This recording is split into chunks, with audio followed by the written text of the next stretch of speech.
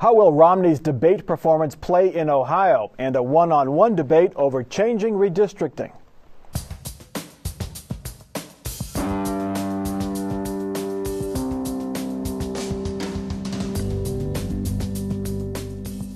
From the Patel studio at WOSU at COSI, this is Columbus on the Record.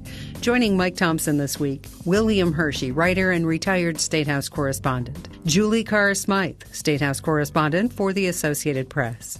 Brian Rothenberg, director of Progress Ohio, and Mark Weaver, Republican strategist. After months of ads and campaign stump speeches, Ohioans and the nation finally got to see Mitt Romney and Barack Obama on their own, relatively unscripted. The consensus is the first presidential debate was a win for Mitt Romney. He was more polished, more energized, no gaffes, but still few specifics. For President Obama, he had his moments but lacked Romney's energy, and he seemed on the defensive. Take this exchange on Romney's lack of specifics. He says that he's going to close deductions and loopholes for his tax plan. That's how it's going to be paid for, but we don't know the details. He says that he's going to replace Dodd-Frank, Wall Street reform, but we don't know exactly which ones. He won't tell us. He now says he's going to replace Obamacare and assure that all the good things that are in it are going to be in there and you don't have to worry. And at some point, I think the American people have to ask themselves, is the reason that Governor Romney is keeping all these plans to replace secret because they're too good? Is it because that somehow middle-class families are going to benefit too much from them? My experience as a governor is if I come in and lay down a piece of legislation and say it's my way or the highway, I don't get a lot done. What I do is the same way that Tip O'Neill and Ronald Reagan worked together some years ago. When Ronald Reagan ran for office, he laid out the principles that he was going to foster. He said he was going to lower tax rates. He said he was going to broaden the base. You've said the same thing. You're going to simplify the tax code, broaden the base. Those are my principles. I want to bring down the tax burden on middle-income families. And I'm going to work together with Congress to say, okay, what are the various ways we could bring down deductions, for instance? Mark Weaver, Mitt Romney really needs Ohio to win the White House. He's down by 8 to 10 points pretty consistently over the past week. Does this performance alone, close that gap? This performance alone doesn't do it, but it certainly goes a long way. I'm a debate watcher. I'm a debate coach. I coached Rob Portman in his debates in 2010, and I've watched a lot of debates in my career. This is one of the most unbalanced performances I've seen in my career. Mitt Romney was clearly the winner, and here's why it's important for Ohio. Tens of thousands of Ohioans got their absentee ballot either yesterday or today or this weekend. And they just had this debate to watch before they were going to fill that out. So the first wave of absentee balloting came at a very good time for Mitt Romney. You know, first of all, I didn't know you were the stand-in for the stand-in. That's impressive, Mark. But, look, this debate is most of Ohioans have made up their mind. There's a small sliver of undecided voters in Ohio, first of all. Secondly, Mitt Romney's going to live to regret this. I mean, he's a chameleon as it is in going back and forth on issues. So, is he for a tax cut? Is he not for a tax cut? Is Obamacare something that he's against and he's going to repeal, but he wants Obamacare and the states can put Obamacare or Romney care in the states? I mean, he was back and forth and back and forth. The problem is you just did a better job of explaining that than President Obama did last night. Well, and I do think the Republicans in Ohio who were feeling a little bit lukewarm probably were very energized by this. I mean, he was very strong. He dominated the night over both Obama and the moderator. I mean, he overstepped the moderator, but did not in a way that appeared overly aggressive, but just very much in control. And I think that he put Obama on the defensive immediately.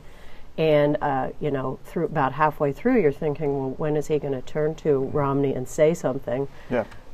Bill, that seems to be, we'll get to the debate coach in a minute, but President Obama never went on the attack. A couple veiled references, but never pointed out things like, you said people should go to the emergency room for their care of last resort. This was the smiling pit bull versus the detached professor. The detached professor at best was dismissive and deferential almost. He would say, Governor Romney and I agree on this and that.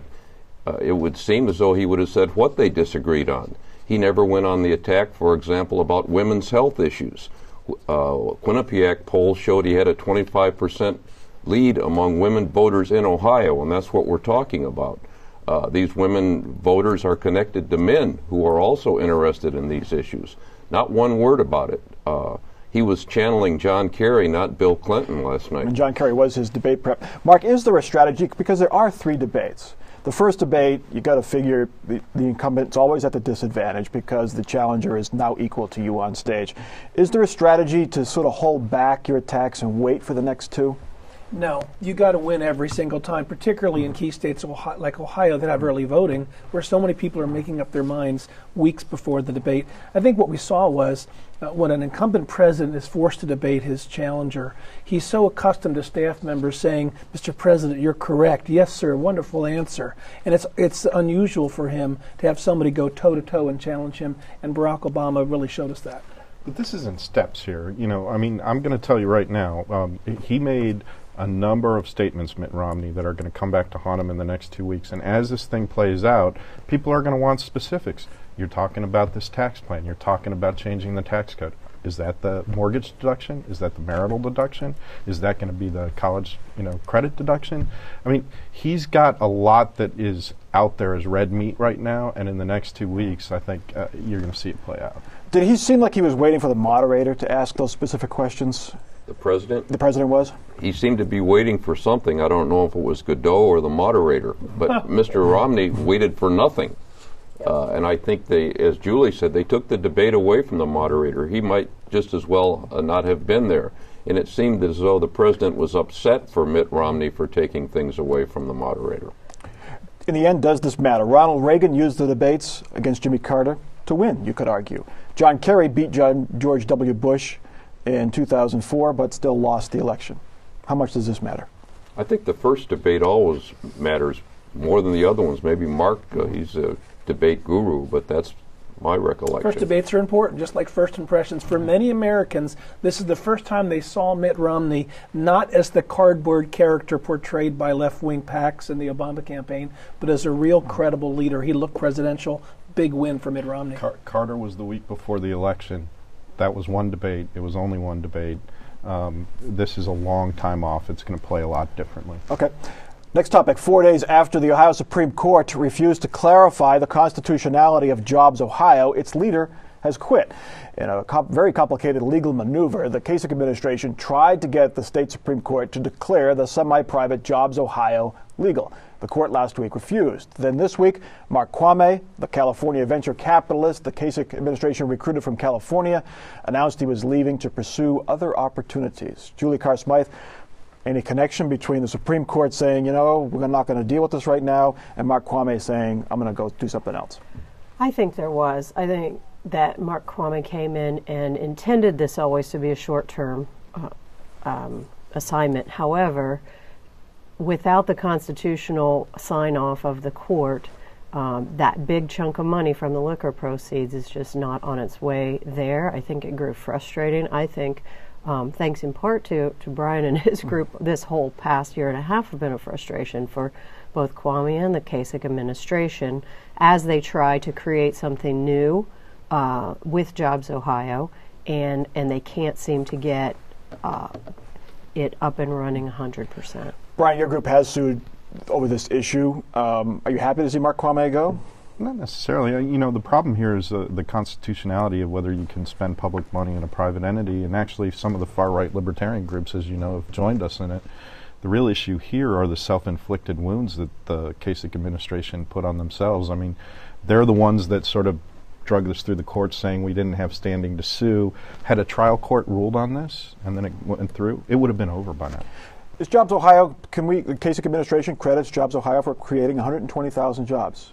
Has it done it? I think they can. I think John Kasich has done exactly what he said he was going to do. He was going to come in as a governor and bring in a different approach when it comes to creating jobs. Jobs Ohio is just one example of that. Mark Kwame, an outside expert, has come in and lit the spark, and now I think you'll see others fan it into a flame. I don't think Mark can say with any certainty that had Ted Strickland been governor, there wouldn't have been 100,000 new jobs. But Governor Kasich said correctly right after he came in office, when you're governor and jobs are created, you get credit for it.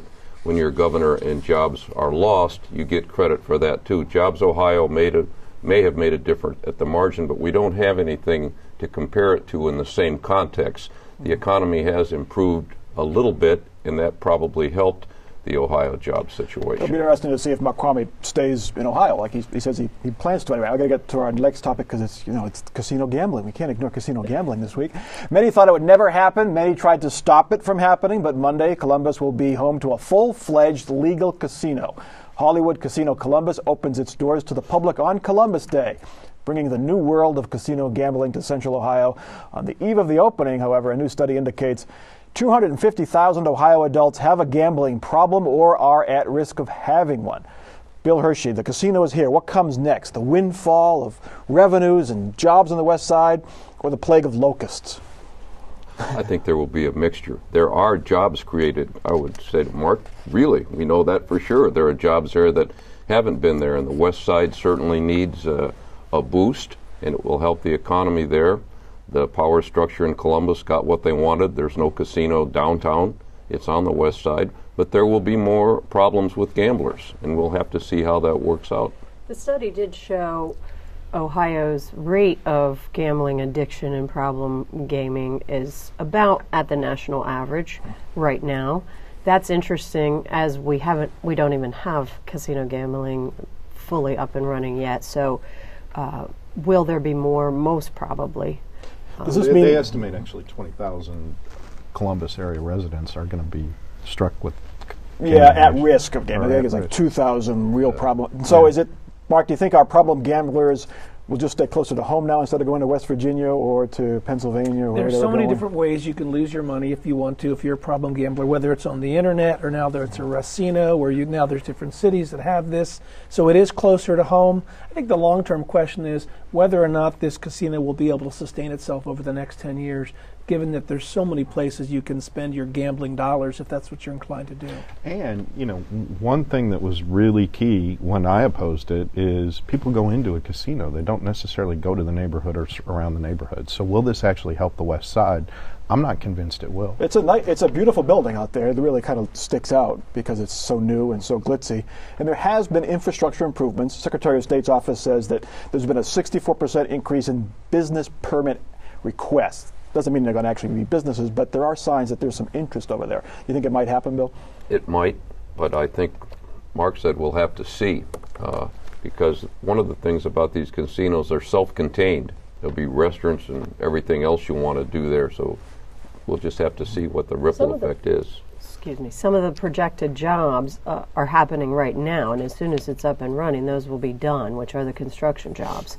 So those came on the front end, and the long-term effect will just, as Mark says, have to depend on the economy and how popular it We'll is. see how many people venture outside. All right, we'll stop it there. Up next, the pros and cons of changing the way we draw legislative lines.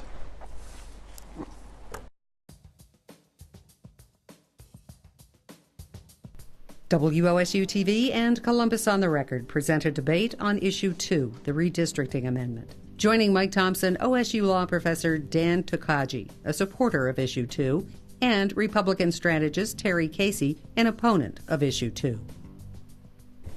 We'll spend the second half of this week's show looking at the proposal to change the way Ohio draws its legislative and congressional districts. Right now, it's done by the Apportionment Board and state lawmakers, and here's how it works.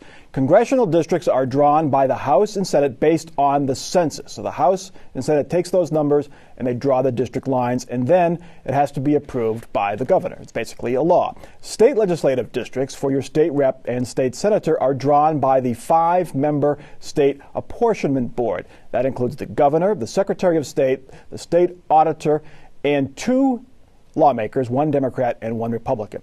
If voters pass Issue 2, the job gets handed over to an unelected commission. We'll get to the details of that in a moment, but the commission has rules.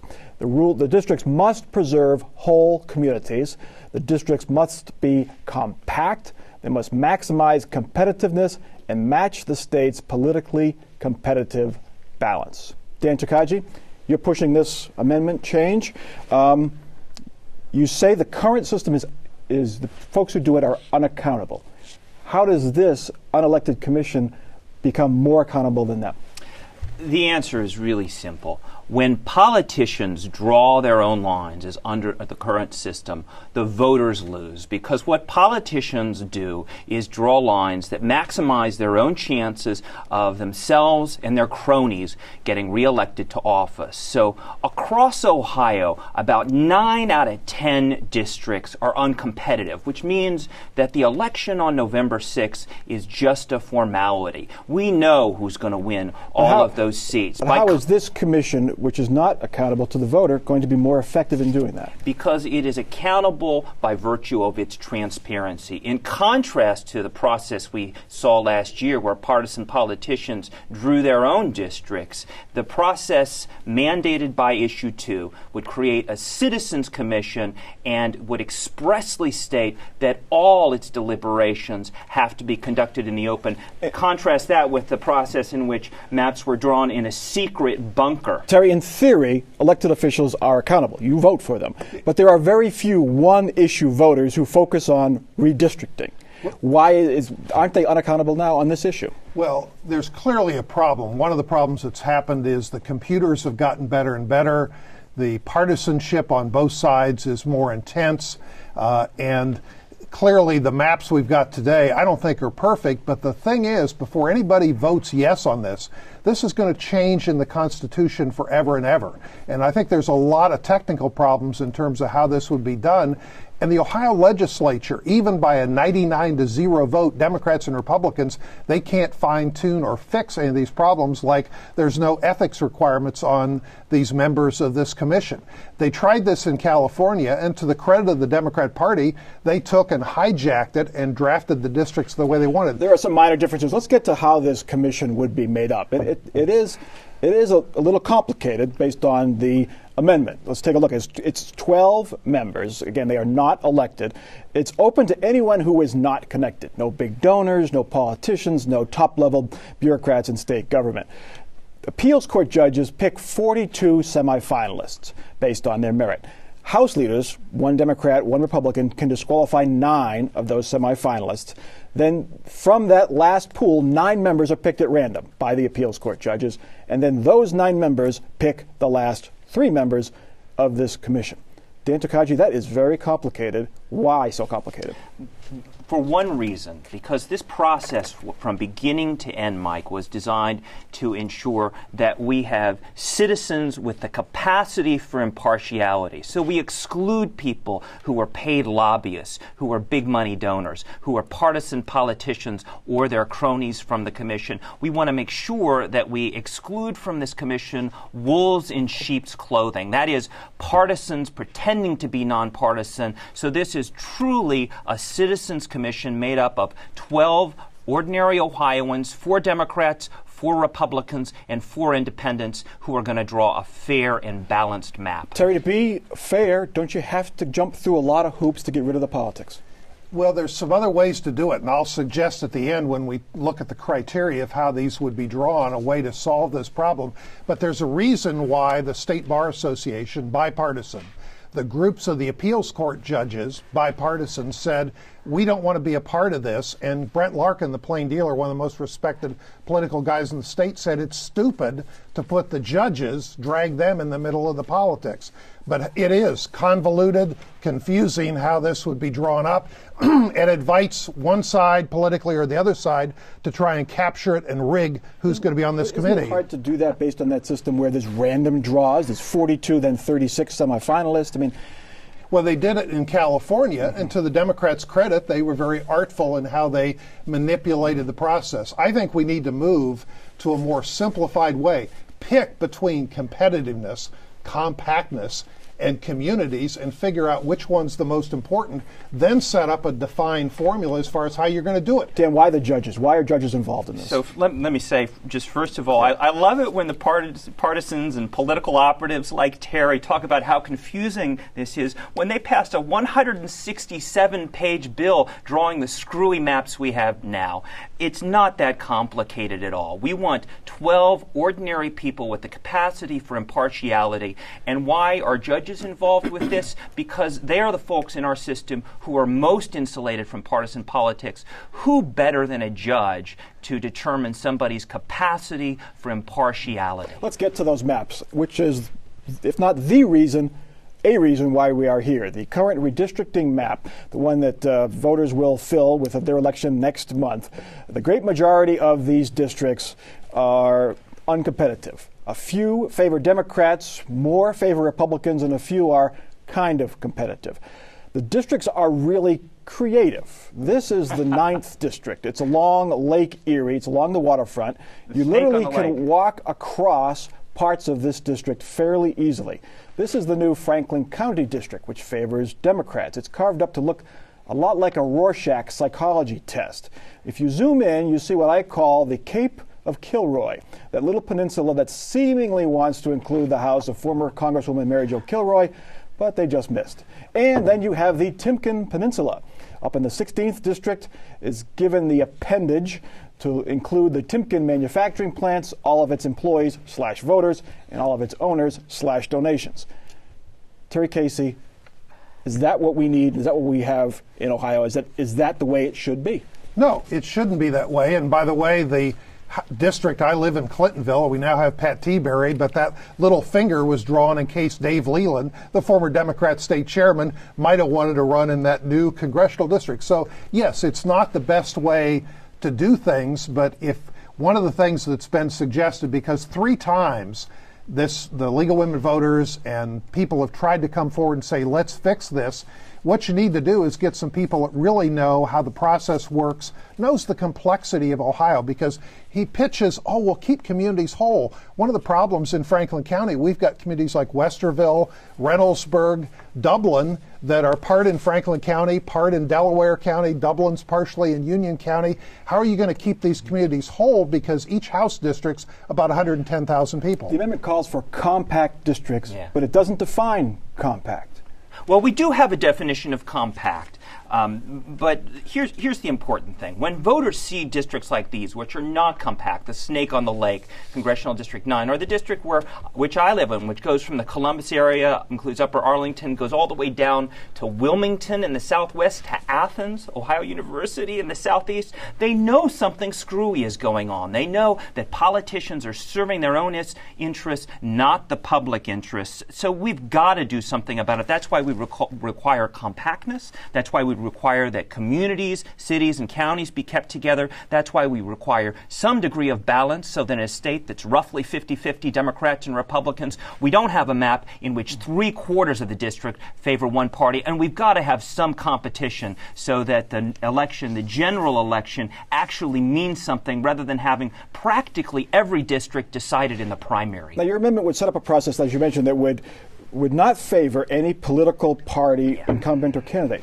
But it does. It favors Republicans and Democrats. What about other candidates, Libertarians, Constitution Party candidates, Green Party candidates? Do they have a voice in how this map is drawn? Let me be clear here. That is just not true, respectfully, Mike. This is a process that requires not only 4 Democrats, 4 Republicans, but 4 independents, people who are affiliated with neither of the parties, and every one of the commissioners has to have the capacity for impartiality. In fact, we expressly require that no map can be drawn to favor a particular candidate or party. Now, this is a process that's gonna, for the first time in Ohio, in Ohio history, if Issue 2 passes, look to the voters' interests, not to the interests of politicians or their allies, like the OSBA, the lawyers' lobbyists. You mentioned the California thing, which is similar to this, but it doesn't have rules about competitiveness. This does. Isn't that a good thing, Terry? Well, if we decided